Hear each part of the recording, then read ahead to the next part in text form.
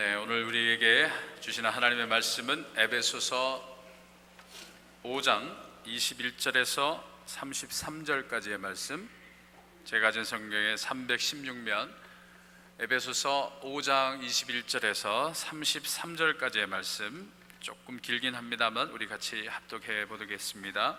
에베소서 5장 21절에서부터 33절 우리 같이 읽겠습니다.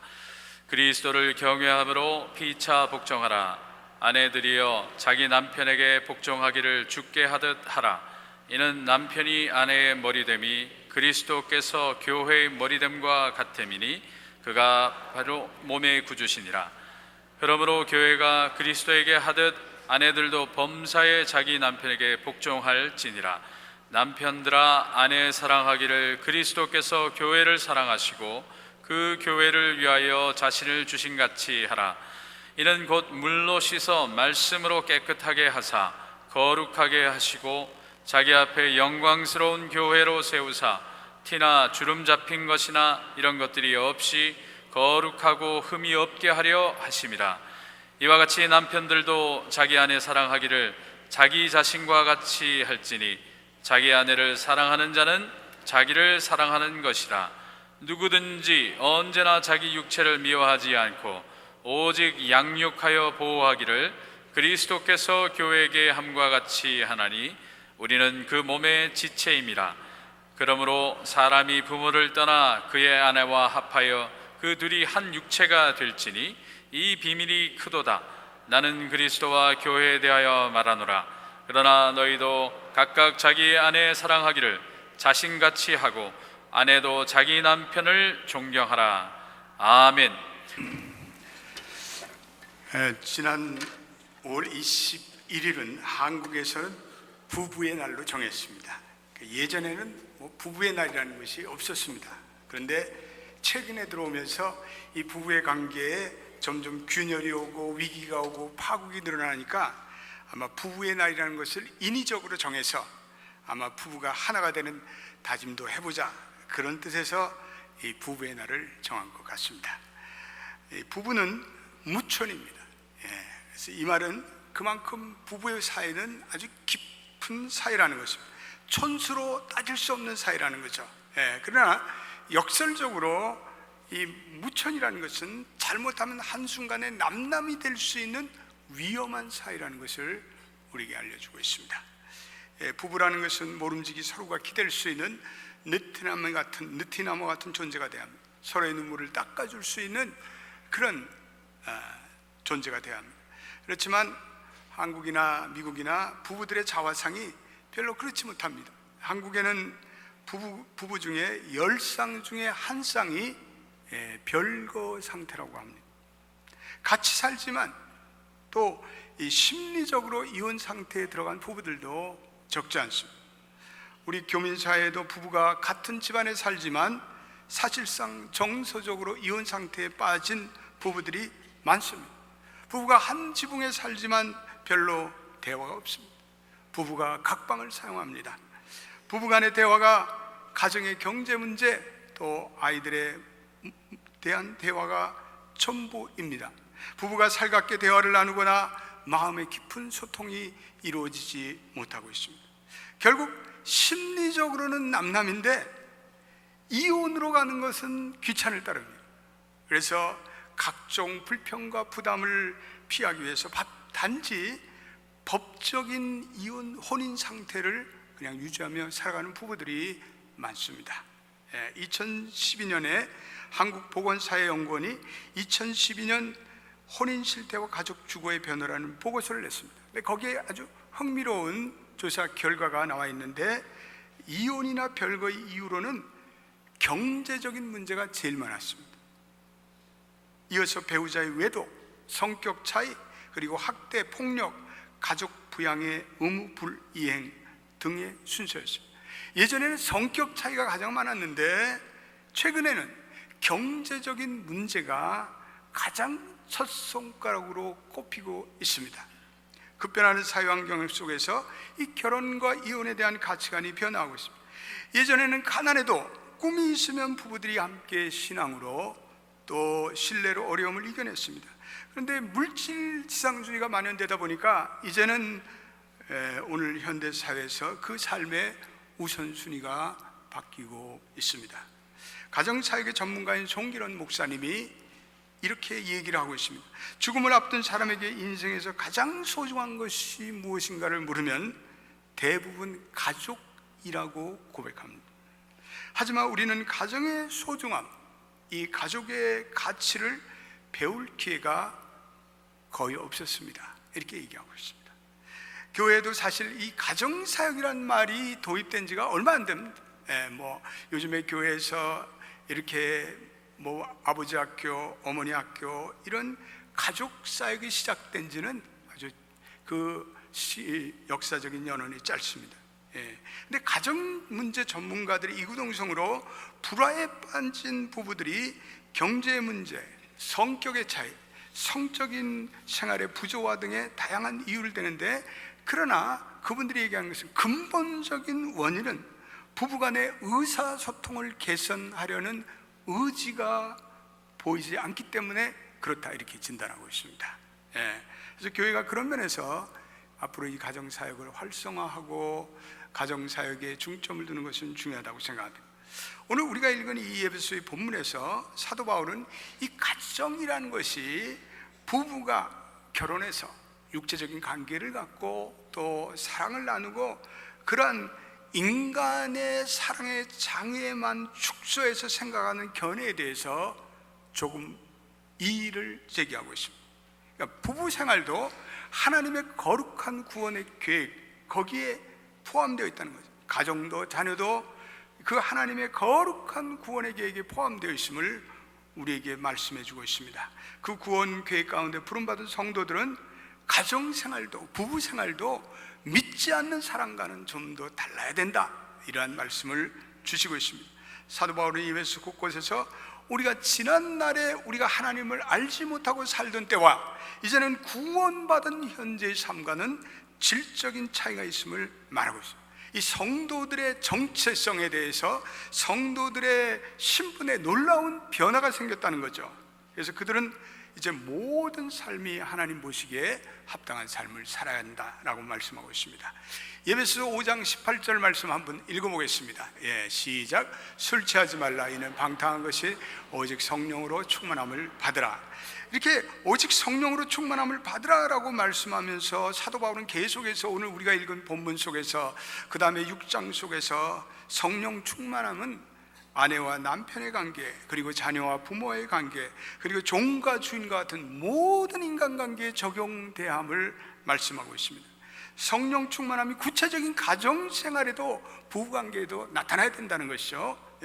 그래서 성령 충만함은 우리가 무슨 예배에 참석하거나 그래서 집회에 참석할 때 임하는 그런 신령한 은혜뿐만 아니라 성령 충만함은 우리의 삶의 모든 영역에서 나타나야 한다고 오늘 바울은 강조하고 있습니다. 많은 부부들이, 물론 우리 크리스찬 부부들을 포함해서 사랑의 낭만에 대해서 우리 그리움이 있습니다. 처음 만났을 때 부부가 서로 사랑했던 사랑의 뜨거움, 사랑의 열정, 사랑의 정열을 그리워합니다. 그때 그 남편에게 아내에게 느꼈던 그 사랑, 그걸 그리워합니다. 그리고 이제는 그 사랑이 식었다고 탄식합니다. 그 낭만적인 사랑이 활활 다시 한번 타오른다면 이 세상의 모든 문제를 극복할 수 있겠다고 생각합니다. 그래서 성공과 실패, 부와 가난의 모든 문제도 다 딛고 이 낭만적인 사랑만 있으면은 다시 행복해질 수 있다고 생각하는 분들이 많이 계십니다. 어떤 분의 그 블로그를 읽어보니까 거기에 우리는 로필 이렇게 되어 있습니다. 로필이 뭐냐? 우리는 로맨스가 필요하다는 거예요. 부부가 로맨스가 필요하죠. 필요합니다. 이 낭만적인 사랑은 남녀를 결혼으로 묶는데 없어서는 안 될 것입니다. 이건 나쁜 것이 아니에요. 죄악시할 필요가 없죠. 누구나 이 낭만적인 사랑에 이끌려 결혼하기 때문에 그렇습니다. 남자와 여자가 가지고 있는 그 아름다운 매력에 의해서 또 육체적인 매력, 외모, 용모 이런 것에 이끌려서 우리는 결혼을 하게 됩니다. 이 낭만적인 사랑의 근원에는 에로스적인 사랑이 담겨 있습니다. 남자와 여자가 그 각각의 그 상대방에 느낄 수 있는 그런 사랑, 매력, 이것입니다.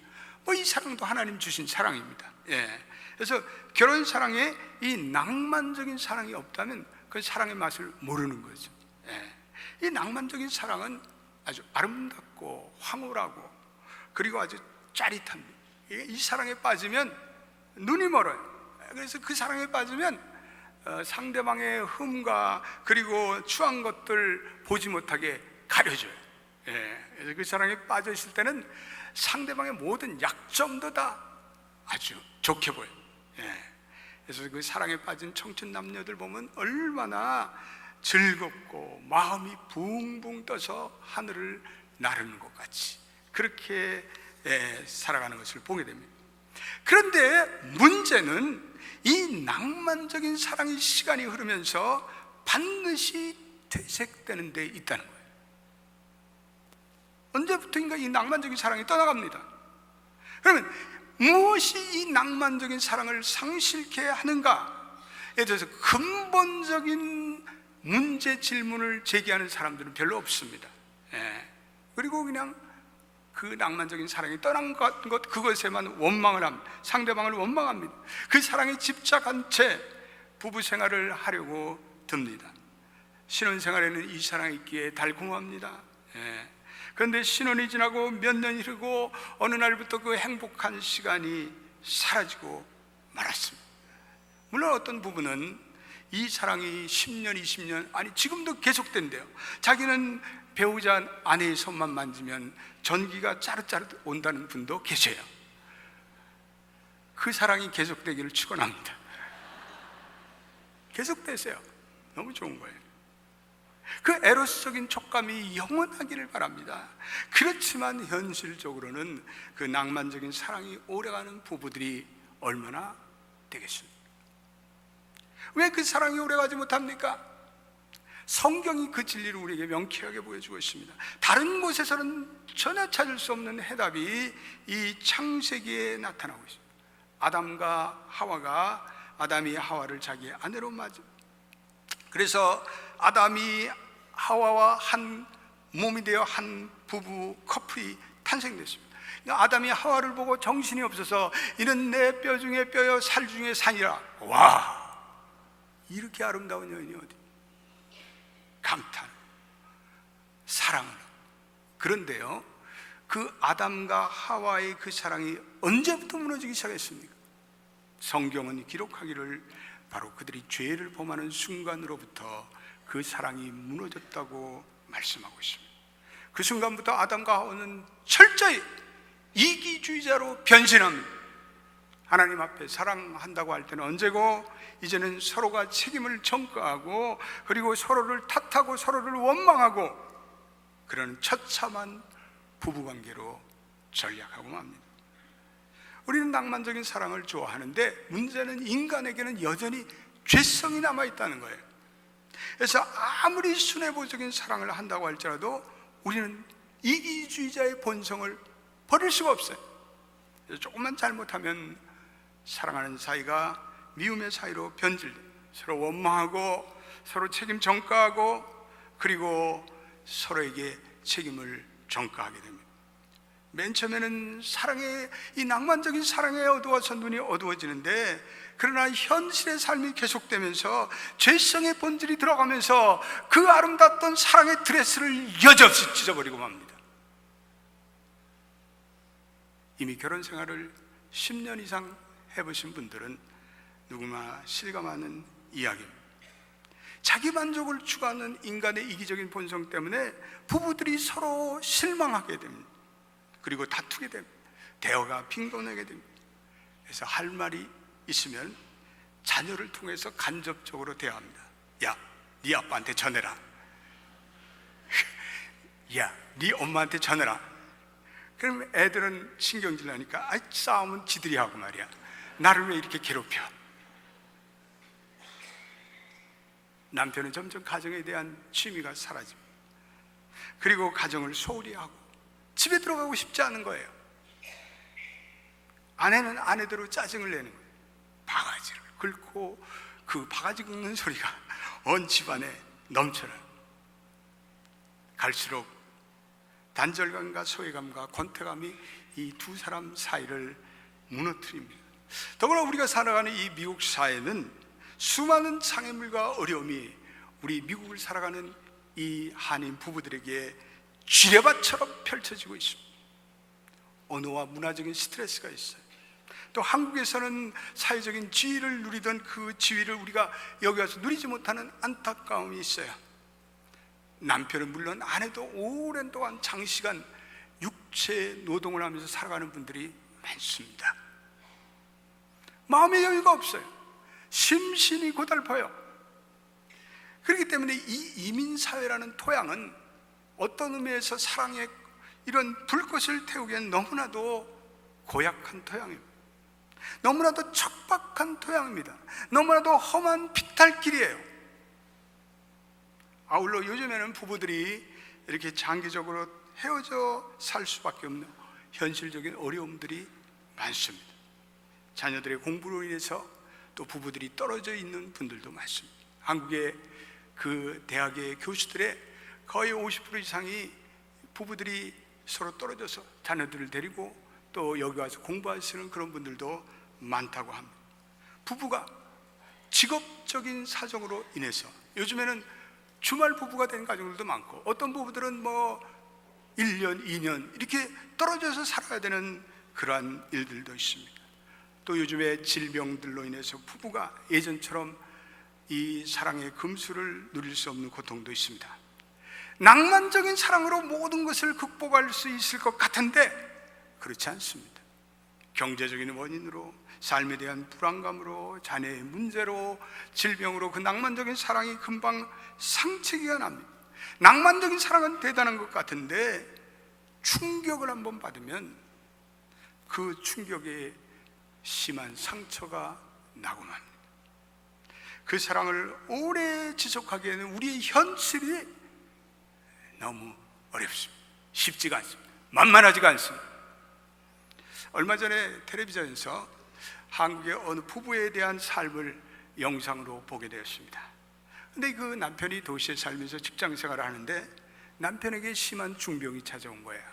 도저히 그 연약해진 그러한 몸으로는 도시 생활을 꾸려나갈 수가 없었습니다. 이 부부간에 어려움이 찾아왔습니다.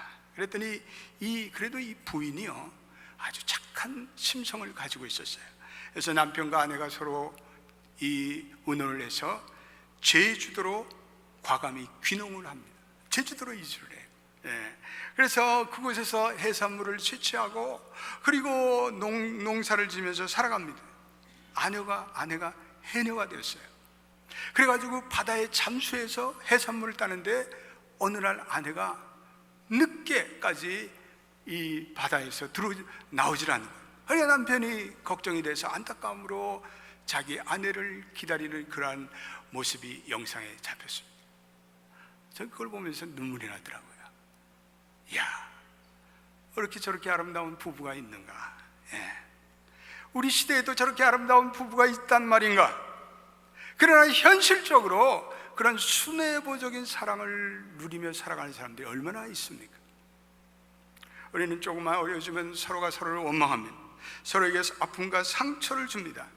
결론은 이거예요. 결국 낭만적인 사랑은 오래가지 못한다는 거예요. 결혼의 행복이라는 것은 낭만적인 사랑만을 가지고 지속될 수 없다는 인간의 죄성으로 보나, 또한 오늘 이 세상의 악함으로 보나 우리의 구조적인 모든 여건이 이 사랑으로는 부부의 관계가 버틸 여력이 없습니다. 그래서 우리는 이 사랑이 식었다고 상대방을 원망하거나 그리고 두려워하거나 탄식하거나 서로 미워해서는 안 됩니다. 이거는 모든 죄성을 가진 인간에게 나타나는 자연스러운 결과이기 때문에 그렇습니다.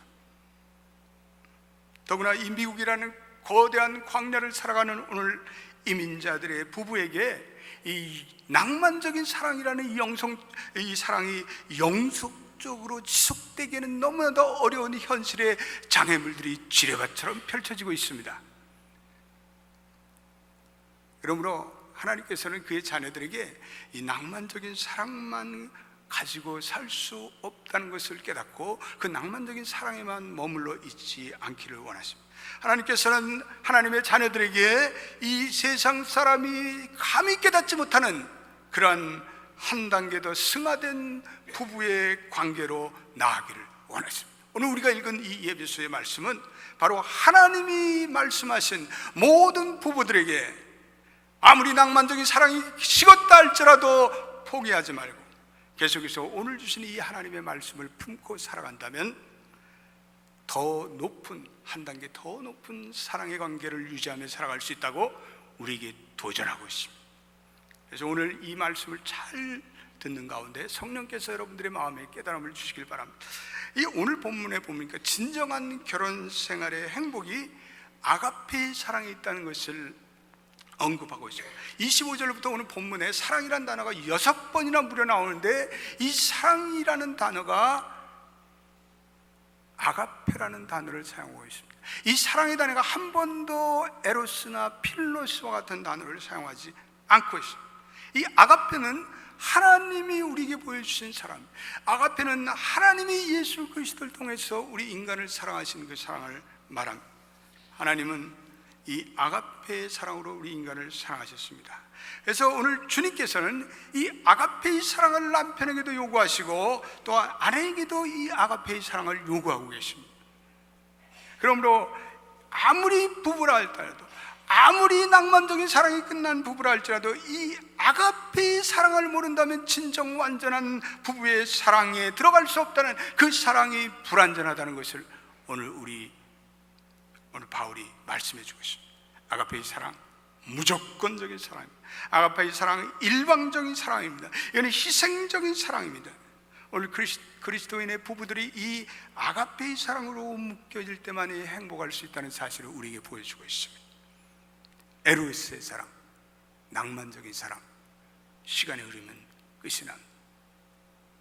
그러나 하나님의 백성들은 여전히 아가페의 사랑으로 아름다운 부부관계를 지속할 수 있다는 그 가능성을 오늘 이 본문에서 우리에게 말씀해 주고 있습니다. 모든 죄인을 위해서 죽으신 그 헌신적인, 그 희생적인 십자가의 사랑, 그 사랑을 체험한 그 사랑을 가지고 산다면 오늘 모든 하나님의 백성들이, 하나님 크리스찬 부부들이 그 낭만적인 사랑이 끝나는 그 끝 여정길에 아가페의 사랑으로 다시 한번 일어설 수 있다는 가능성을 본문에서 우리에게 제기해 주고 있습니다. 두 번째, 이 아가페의 사랑은 성령 충만할 때 나타납니다.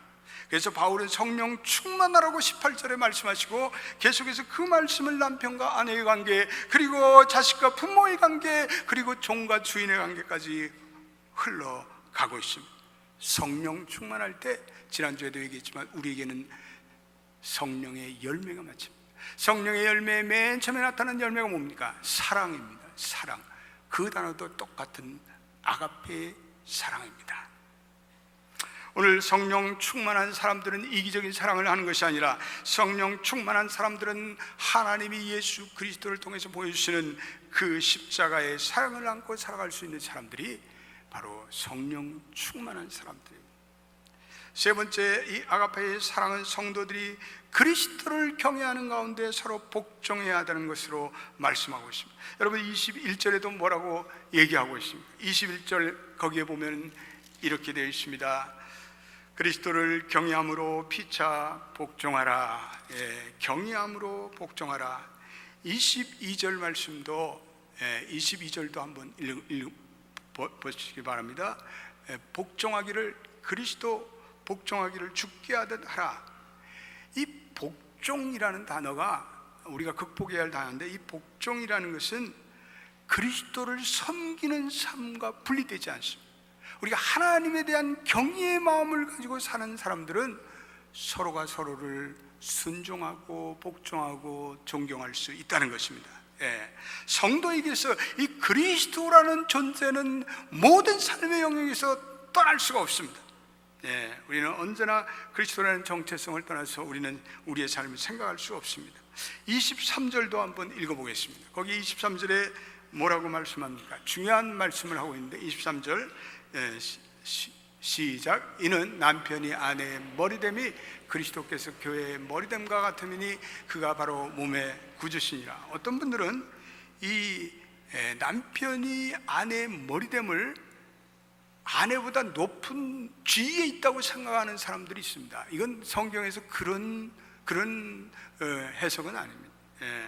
이거는 이 케팔레라는 머리라는 단어는 이 교회의 머리를 치는 것은 그리스도라고 가르치며, 이 교회와 그리스도라는 존재는 서로가 떨어질 수 없는 인세퍼러블한 불가분의 관계, 불가분성의 관계라는 것을 강조하는 것입니다. 그러니까 결혼한 남편과 아내는 서로가 분리될 수 없는 인격체입니다. 그래서 하나님께서는 그 부모를 따라서 그 아내와 남편이 한 몸이 되게 하셨다, 이렇게 말씀하고 있습니다. 부름받은 자로서 이제는 둘이 한 몸이 되었다는 말씀입니다. 그러므로 이 복종한다는 말에는 몇 가지 조건이 나오는데, 그것은 서로에게 복종해야 할 의무가 있습니다. 고린도전서 7장 3절 말씀에 이런 중요한 말씀이 나옵니다. 읽어보겠습니다. 시작.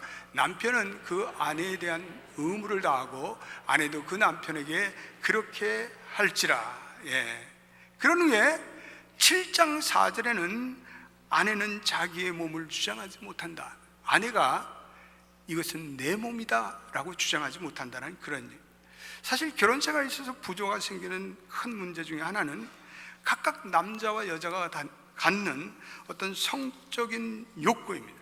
하나님께서 남자와 여자를 각각 다른 욕구를 가진 존재로 창조하셨습니다. 그래서 남자는 남자대로 갖는 남자의 성적인 욕구가 있습니다. 그래서 결혼 생활을 통해서 이 욕구가 채워지도록 하나님께서 이 부부관계를 통해서 이 모든 것을 이루셨습니다. 그렇지 않으면, 남자가 이 욕구가 채워지지 않으면 남자는 이 욕구를 채우기 위해서 엉뚱한 짓을 합니다. 그리고 이로 인해서 가정에 불화가 옵니다. 그래서 고린도전서 7장 5절에는 이 부부가 서로 분방하지 말라, 이건 오늘날 우리말로 각방 쓰지 말라는 거예요. 각방 쓰지 말라. 그러니까 이 부인이 남편이 이제 좀 마음에 안 드니까 내 몸에 손대지 마, 탁 손만 대면 그냥 콱. 이거는 이해는 가는데 성경적은 아닙니다.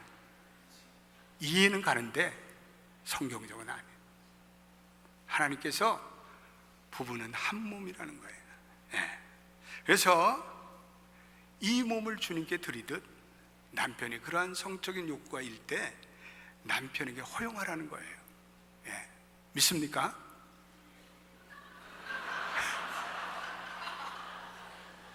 아니, 성경적인 얘기를 하는데 왜 아멘이 없어? 나 참.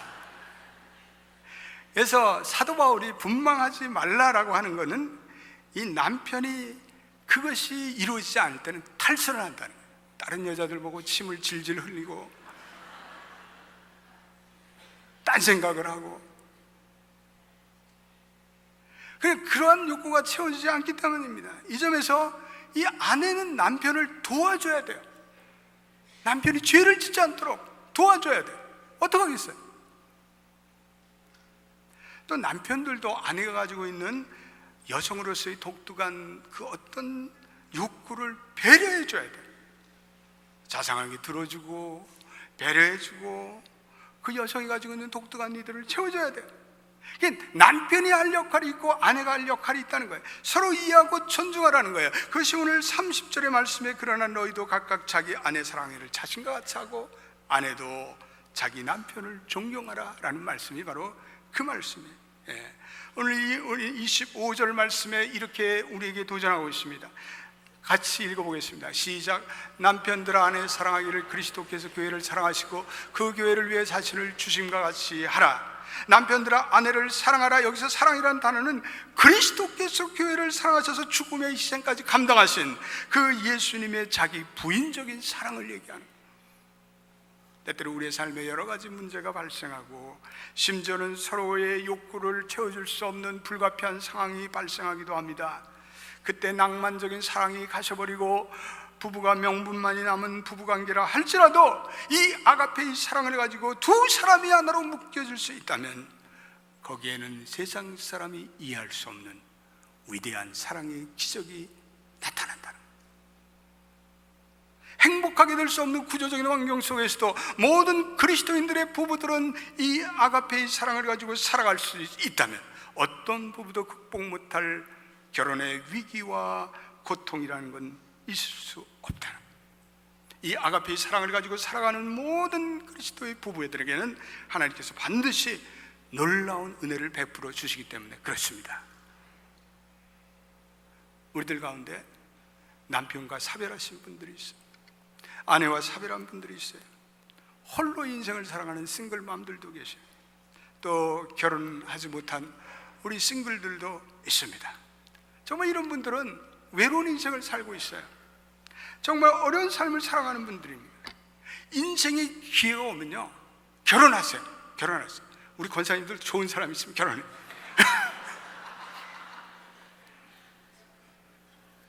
근데 뭐 권사님들에게 그런 기회가 잘 오겠어요? 혼자 살아야지, 뭐 혼자 살아. 디모데전서 4장 5절에는 그러한 외로운 자들은 하나님께 소망을 두고 주야로 항상 기도하고 간구하라, 이렇게 되어 있어요. 바울이. 혼자 살아가는 사람들은 이제 결혼할 소망이 없으면 오로지 여호와 하나님을 바라보고 예수를 신랑 삼아서 깊은 영성의 삶을 누리며 살아가야 그것이 살 길이라는 거예요. 이제 어떡하겠어요? 포기할 건 포기해야지.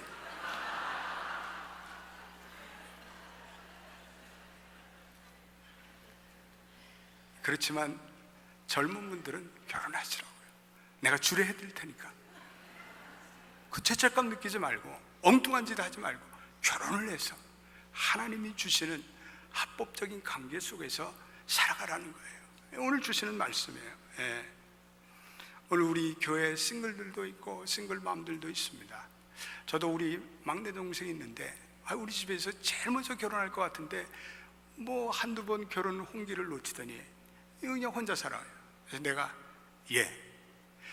너는 이제 결혼할 희망도 이제 없어지는데 이제는 선교 다니면서 선교해라. 그래서 우리 막내 동생이 1년에 2번씩 선교 다녀요. 네. 어떻게 했어요? 그런 말을 하는 이 오빠가 야속하게 느껴질지 모르지만 어떡하겠어요? 이제는 하나님께 영광을 돌리며 자기 인생을 살아가죠. 여러분, 우리가 결혼 생활보다 더 초월적인 하나님의 은혜, 영원한 영적인 세계도 있는데 그렇게 그것을 추구하며 살아갈 수 있는 그런 은혜를 하나님이 내려주십니다. 오늘 결론의 말씀, 부부는 성령 충만해야 돼. 그리고 여호와를 경외해야 돼. 그래서 낭만적인 사랑이 끝난 그 시간에도 우리는 여전히 아가페의 사랑으로 서로를 사랑하고 이해할 수가 있습니다. 그리고 그 낭만적인 사랑의 부진함을 싣고 우리는 행복의 산으로 오를 수가 있습니다. 우리 홀로 살아간다 할지라도 하나님께 소망을 두며 깊은 영성의 삶을 살아갈 때 하나님께 영광을 돌리는 나머지 인생이 되는 것입니다. 하나님께서 우리 연합교회 모든 성도들과 가정들에게 하나님의 사랑과 은혜를 충만히 내려주시기를 주님의 이름으로 축원드립니다. 기도하겠습니다. 하나님, 감사합니다. 오늘 이 세상에 많은 부부들의 어려움이 찾아오고 있습니다. 낭만적인 사랑이 끝나고 어려운 파국과 위기의 관계에 처해 있는 많은 부부들이 있습니다. 그렇지만 하나님, 우리에게는 영원한 하나님의 사랑, 아가페의 사랑을 우리에게 보여주시지 않습니다. 십자가에서 인간을 위해 자기의 모든 것을 던지시는 헌신적이며 희생적인 사랑을 우리에게 보여주십니다. 우리가 그 하나님의 사랑을 깨닫고 체험한다면 주님, 낭만적인 사랑이 끝난 그 시점도 여전히 아가페의 사랑으로 서로가 사랑하고 서로를 이해할 수 있도록 도와주시옵소서. 이민의 사회가 너무나도 광려같고 너무나도 많은 문제가 노정되어 있습니다. 우리를 주님 불쌍히 여겨 주시옵소서. 하나님, 홀로 돼서 살아가는 많은 분들이 있습니다. 저들의 외로움과 안타까움을 주님 잘 아실 줄로 믿습니다. 예수를 신랑 삼아서, 그리고 하나님께 소망과 하나님께 기도와 간구로 저들의 영성의 삶으로 외로운 모든 인생의 삶을 믿음으로 승리하는 귀한 성도들이 되게 하여 주옵소서. 예수님의 이름으로 기도드립니다. 아멘.